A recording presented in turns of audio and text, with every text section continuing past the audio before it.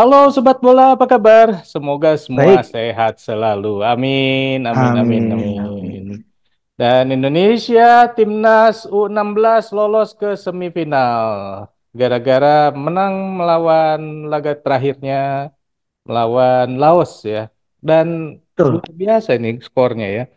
Karena Laos betul. ini kan sebenarnya tim terkuat di grup ya. Lawan terkuat, Ya, sorry. Laos mm, adalah lawan Indonesia terkuat di grup karena Laos lah yang berhasil mengalahkan kedua tim yang lainnya. Dan saya berpikir sebelumnya bahwa kalaupun Indonesia menang dari Laos paling selisih golnya sedikit gitu ya. Tapi ternyata betul. wow, kenapa bro bisa seperti itu bro? Iya, memang ini kan kemenangan yang agak di luar dugaan juga ya, karena saya mungkin sependapat dengan Bro Eri ya, bahwa kalaupun Indonesia menang, mungkin agregat golnya tidak terlalu jauh, mengingat bahwa Laos di dua pertandingan melawan Singapura dan Filipina, mereka kan menunjukkan performa yang sangat bagus. Apalagi kalau saya perhatikan juga ketika melawan Singapura, permainannya justru jalan dari kaki ke kaki. Hmm, Walaupun Laos dihuni oleh pemain-pemain yang mungkin dari segi postur adalah yang paling kecil di antara tim Indonesia, Singapura maupun Filipina, mhm, tapi mereka punya agility, punya kemampuan untuk memanfaatkan postur dengan mengambil permainan yang mengandalkan kelincahan. Begitupun juga ketika melawan Indonesia. Apalagi ketika melawan Indonesia dengan modal dua kemenangan, mereka juga punya ekspektasi yang besar, mereka juga punya kepercayaan diri yang besar ketika melawan timnas kita. Terlihat bagaimana di menit-menit awal justru permainan Laos itu jauh lebih berkembang. Mereka berani bermain dari kaki ke kaki dan ini juga saya juga agak kagum juga ya bahwa dengan kondisi Indonesia sebagai dalam tanda kutip adalah musuh terkuatnya Laos, kemudian Indonesia juga akan didukung oleh fans sepak bola yang jumlahnya juga begitu banyak, tapi mereka tidak keder gitu loh. Nyali mereka punya, mereka bermain dari kaki ke kaki, mereka juga bisa memanfaatkan peluang sampai terjadi akhirnya kesalahan dari back timnas kita. Ketika back timnas kita mungkin panik ya hmm, melihat bahwa ada sebetulnya pergerakan pemain Laos yang jumlahnya sebetulnya lebih sedikit dari pemain-pemain timnas kita di jantung pertahanan Indonesia. Cuma sayangnya kepanikan yang muncul. Akhirnya kecerobohan terjadi ketika Laos mendapatkan hadiah penalti. hmm, Hadiah penalti bisa dikonversi dengan bagus. Nah, justru ini adalah kilas balik dari titik balik dari performa timnas kita hmm, gitu loh. Nah, dengan ke apa ya performa yang diperlihatkan oleh Laos dengan permainan yang terbuka dan keunggulan satu gol itu membuat kepercayaan diri pemain Laos itu justru meningkat. hmm, Tapi jangan lupa bahwa saya kan dari sejak awal sangat menyukai ya bahwa tim Coach Nova tidak berupaya untuk mengcopy paste apa yang dilakukan oleh STY. hmm, Tapi yang dia lakukan adalah bagaimana dia juga mengambil hikmah dari dia sebagai asisten hmm, ketika dia berhasil membangun mentalitas permainan yang lebih baik buat hmm, pemain-pemain timnas kita. hmm, Justru dengan kondisi kita tertinggal, permainan Laos juga tidak berubah, mereka tetap bermain terbuka. Ini yang membuka peluang timnas kita untuk bisa berkembang justru. hmm, Karena mentalitas pemain kita ternyata cukup bagus, tidak down dengan posisi tertinggal, hmm, justru makin berkembang, permainan juga akhirnya menjadi menarik, apalagi Indonesia dari sisi teknis individu maupun postur tubuh dan kemampuan fisik stamina itu jauh lebih unggul daripada Laos ya. Saya hmm, melihatnya ke situ. Dan itu mampu dimanfaatkan oleh pemain timnas kita. hmm. Sehingga akhirnya timnas kita juga bisa membalikan keadaan. Dimulai dari apa namanya menyamakan kedudukan. Kemudian akhirnya unggul-unggul dan terus unggul begitu loh bro. Ya. Ya ini kan sebelum apa namanya sebelum pertandingan ini pelatih Laos sempat bilang bahwa akan menang dengan agregat gol yang besar gitu ya. Mungkin itu Ya. pesiwor ya, tapi kemudian jadinya kebalik gitu malah dia yang sendiri yang kalah telak gitu. Nah, itu yang pertama. Yang kedua, ketika Laos berhasil menyerangkan golnya saat penalti ke gawang Indonesia, dan itu kan apa selebrasinya katanya berlebihan dan mungkin ini mungkin nggak sih kalau selebrasi ini tuh membuat mereka menjadi merasa enteng nih Indonesia gitu sehingga akhirnya malah jadi kebalik gitu bro.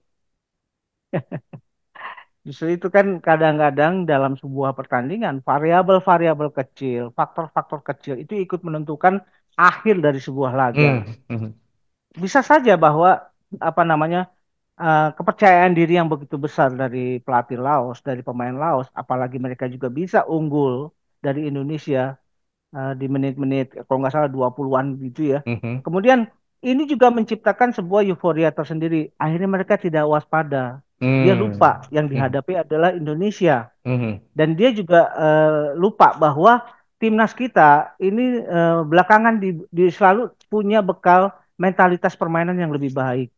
Ini yang mereka akhirnya menjadi ini ya bumerang buat mereka hmm, sendiri. hmm, hmm, hmm, Mungkin kalau kita melihat apa ya selebrasi pemain-pemain Laos, mereka kan selebrasi itu menunjukkan bahwa mereka punya kepercayaan diri yang hmm, berlebih gitu loh. hmm, hmm, Mereka tidak terintimidasi oleh kekuatan timnas kita. hmm, Nah, justru inilah yang menjadi cambuk juga buat pemain-pemain anak muda kita untuk bisa menunjukkan performa yang jauh lebih baik. Dan hmm, saya juga mencatat bahwa ada satu satu tren yang positif dari timnas kita.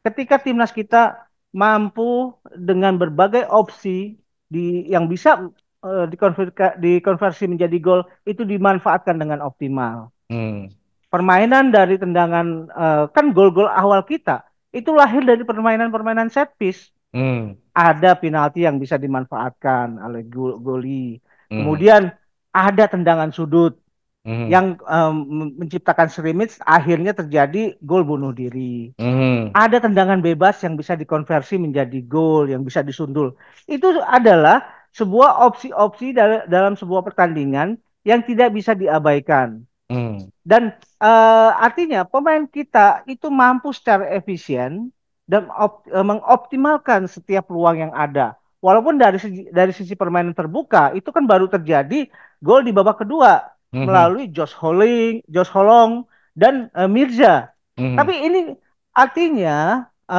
alternatif-alternatif yang bisa dimanfaatkan untuk menjadi gol itu bisa dioptimalkan oleh timnas kita, gitu bro. hmm.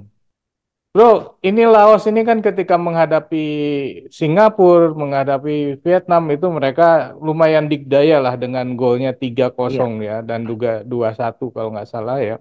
Itu iya. kan menunjukkan kekuatan yang hebat dan kemudian ketika mau melawan Indonesia bilang bahwa Laos akan apa memenangkan laga dengan agregat tinggi. Tapi kayaknya pelatih Laos lupa ya kalau di Indonesia Laos itu biasanya ditumbuk sama emak-emak di dapur loh. Karena Laos kan nama lain dari lengkuas. Tapi gini ya, kalau kita lihat Nah, ya, Laos ini bermain sangat bagus ya. Walaupun kalah, tapi kan mainnya bagus ya. Dan ya, Indonesia seringkali apa namanya kalah lah oleh Laos. Tapi apakah ini menunjukkan perkembangan sepak bola Laos juga meningkat, bro? ya, betul. Saya juga memperhatikan bahwa Laos dalam hal ini tampil dengan kepercayaan diri yang tinggi. Artinya mereka sudah punya persiapan yang bagus terhadap Mhm. menghadapi turnamen ini. Dan kita lihat, kalau kita memperhatikan susunan pemain line up dari pemain-pemain Laos, mereka sepertinya bukan membidik event ini, tapi membidik pada event-event selanjutnya Mhm. yang masih mereka range usia mereka nanti. Karena Mhm. rata-rata line up pemain-pemain Laos ini usianya 14 tahun, 15 tahun gitu loh. Dan yang Mhm. paling tua adalah usia umur 16 tahun. Itu adalah komposisi pemain-pemain Laos. Dan Mhm. kalau kita bicara mengenai U16 di bawah U20 lah ya, masih U16 gitu, Mhm. memang peta kekuatan itu menjadi berimbang. Mhm. Bahkan kalau kita perhatikan bagaimana Australia di U16 selalu menghadirkan timnya untuk bisa berlaga di AFF. Karena mereka menganggap, Australia menganggap Di usia U16 ini peta kekuatan masih sangat merata gitu loh. Hmm. Hmm. Nah, kita melihat bagaimana Kamboja juga bisa mengalahkan bisa seri melawan Vietnam. Hmm. Eh, Padahal Vietnam baru aja menggasak Brunei 15-0, Iya, katakanlah betul. seperti itu ya. Hmm. Kan menunjukkan bahwa bagaimana memang peta kekuatan itu terkecuali ada di katakanlah ya di Timor Leste dan Brunei itu rata-rata masih berimbang Hmm. antar masing-masing negara. Kemudian kita lihat juga bagaimana pertandingan Thailand melawan Australia yang berakhir imbang. Justru kalau kita melihat pada jalannya pertandingan tersebut, Australia itu enggak bukan bukan ini ya, bukan mendominasi, tidak bisa mendominasi Hmm. Thailand gitu loh. Hmm. Jadi kalau saya pikir bahwa perkembangan sepak bola ASEAN memang sepertinya dibidik oleh anak-anak muda, dibidik oleh tim-timnas muda seperti timnas Kamboja, Hmm. timnasnya Laos, kemudian mungkin nanti Singapura, Malaysia Hmm. dan segala macam. Ini kan adalah sebuah tindakan yang sebetulnya sangat wise ya, sangat bijaksana ya, bahwa Hmm. perkembangan sepak bola Asia Tenggara bergantung pada anak-anak muda ini, gitu loh. Hmm. Hmm. Nah, kalau kita berharap bagaimana di pertandingan-pertandingan selanjutnya, bisa saja Indonesia nanti sebagai juara grup akan menghadapi juara grup dari grup C, entah Hmm. itu Thailand atau mungkin Australia. Hmm. Nah, saya sih masih punya keyakinan bahwa kekuatan masing-masing negara itu masih levelnya masih sama. Hmm. Walaupun dari sisi beberapa advantage yang didapat, mungkin Indonesia lebih punya kans gitu loh. Hmm. Mengingat euforia sepak bola fans timnas kita dari Hmm. segala usia itu sangat besar. Hmm. Pertandingan melawan Laos itu dihadiri oleh puluhan ribu orang. Hmm. Dan ini kan sebuah tren yang sangat positif ya.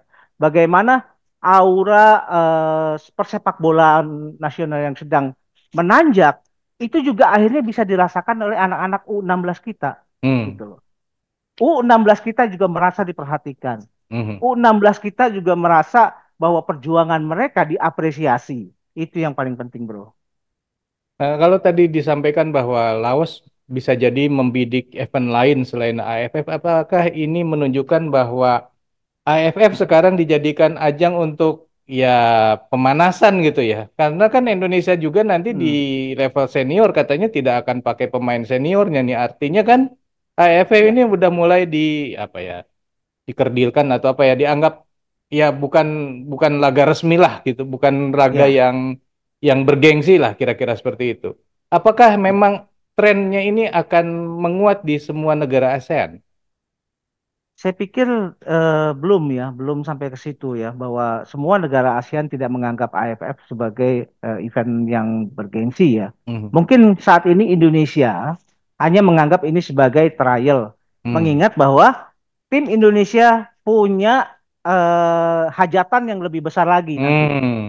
Jadi sangat disayangkan kalau tim-tim utama kita turun juga di AFF. Sementara ada hajatan yang Hmm. lebih lebih Ah. mumpuni Hmm. di kualifikasi fase ketiga Piala Dunia. Jadi saya sih sebetulnya antara gimana ya, bimbang juga nih menghadapi menyikapi bagaimana AFF sebetulnya nih eventnya ini. Saya melihat bahwa sebetulnya dengan begitu seringnya AFF bergulir, ini juga suatu hal yang sangat positif menurut saya. Hmm. Gitu loh. Eh, Kalau kita bandingkan dengan regional sepak bola Asia lain, mungkin AFF ini itu yang paling sering mengadakan event Hmm. pertandingan di regional ya. Dan Hmm. ini harus disyukuri ya Hmm. bahwa AFF mulai dari usia 16, U20, U23 dan senior itu ada. Cuma saya pikir untuk timnas kita saat ini memang Hmm. didikannya bukan lagi AFF, Hmm. tapi untuk tingkat senior, bro, gitu Hmm. loh. Kalau tingkat senior saya menganggap bahwa AFF ini hanya buang-buang waktu, saya pikir ya. Ya. Kalau Hmm. tingkat senior, tapi kalau kita merujuk pada level U16, U20 itu sangat sangat dibutuhkan, masih dibutuhkan untuk AFF. Karena biar bagaimanapun pemain-pemain butuh yang namanya aura kompetisi. Gitu loh. Bisa saja misalkan U23 kejuaraan U23 AFF, itu justru Indonesia mengirim U20 atau U16 atau U19 atau U17. Ya Hmm. ini adalah bagian strategi dari timnas kita untuk segera mematangkan pemain-pemain muda gitu loh. Hmm. Hmm. Caranya dimasukkan ke dalam event-event multinasional gitu, Bro. Ya, tapi kan eh, kita kan sebelumnya sangat apa ya em, Mm-mm. mengangkat AFF ini sebagai ajang yang paling bergengsi lah, karena mungkin Indonesia pada saat itu mampunya cuma di situ gitu. Beda Iya, dengan sekarang ya. betul. Dimana sekarang udah ngelihatnya udah Asia Asia Asia ada, bukan ASEAN lagi, Mm-mm. karena kan Thailand dan juga Vietnam sudah begitu dari kemarin-kemarin gitu kan, bahwa wah Ya, ajang AFF ini biasa aja gitu karena mereka ingin berkiprah di Asia gitu. Nah, Indonesia betul. nih baru sekarang nih kan mau berkiprah di Asia karena ya memang berhasil di Asianya gitu. Iya, betul. Nah, bro, dengan kekalahan Laos ini kan maka Laos ini akan sangat tergantung dengan hasil di grup yang lain, apakah dia akan lolos atau tidak. Padahal sebelumnya kan Laos sangat yakin bahwa Laos bersama Indonesia akan lolos ke semifinal. Ya. Nah, ini kira-kira lawan Indonesia di berikutnya kita bisa menang lagi nggak? Saya sangat yakin ya Indonesia dengan gaya dengan permainan seperti ini, terutama mentalitas pemain muda. Kan memang ketika permainan melawan Singapura maupun Filipina, kita pemain-pemain kita dihadapkan pada timnas yang bermain negatif football. Hmm, Negatif football di apa ya diupayakan atau target dari permainan negatif football adalah menghancurkan mentalitas lawan. hmm, Dan ternyata ketika Indonesia bermain dengan timnas yang bermain negatif football, mentalitas itu tidak jatuh. hmm, Mereka masih terus berupaya berupaya berupaya sampai akhirnya berhasil. Nah, sebagai gambaran, kalau kita bermain dengan permainan terbuka, ya inilah gambaran yang paling real bahwa hmm, ketika melawan Laos, gambaran yang paling paling real kalau Indonesia dihadapi oleh pemain atau timnas yang bermain terbuka, ya seperti ini gitu loh. Jadi ini bisa menjadi contoh juga buat tim lawan kita bahwa bagaimana menghadapi timnas Indonesia. Kalau dilakukan permainan secara terbuka, hmm, timnas Indonesia justru berkembang. hmm, hmm, hmm, Tapi kalau bermain mereka apa namanya negatif football dengan blocking-blocking yang ketat di sepertiga lapangan, hmm. tapi mentalitas Indonesia masih bisa berjalan. Ya, Ini juga ya. menjadi sebuah PR ya buat timnas yang akan dihadapi Indonesia nanti gitu loh, Bro. Hmm. Oke, sobat bola, itulah obrolan kita mengenai laga Indonesia melawan Laos ya. Dan luar biasa ini 6-1, wah rekor ya. Di ajang ini maksudnya. Kalau menurut sobat sendiri, ini apa yang menyebabkan Indonesia bisa menang 6-1 ya? Padahal kan Laos juga bukan lawan yang ringan di grup ini. Silakan tulis di kolom komentar. Sekian dulu obrolan kita lanjut di obrolan lain. Sampai jumpa. Bye.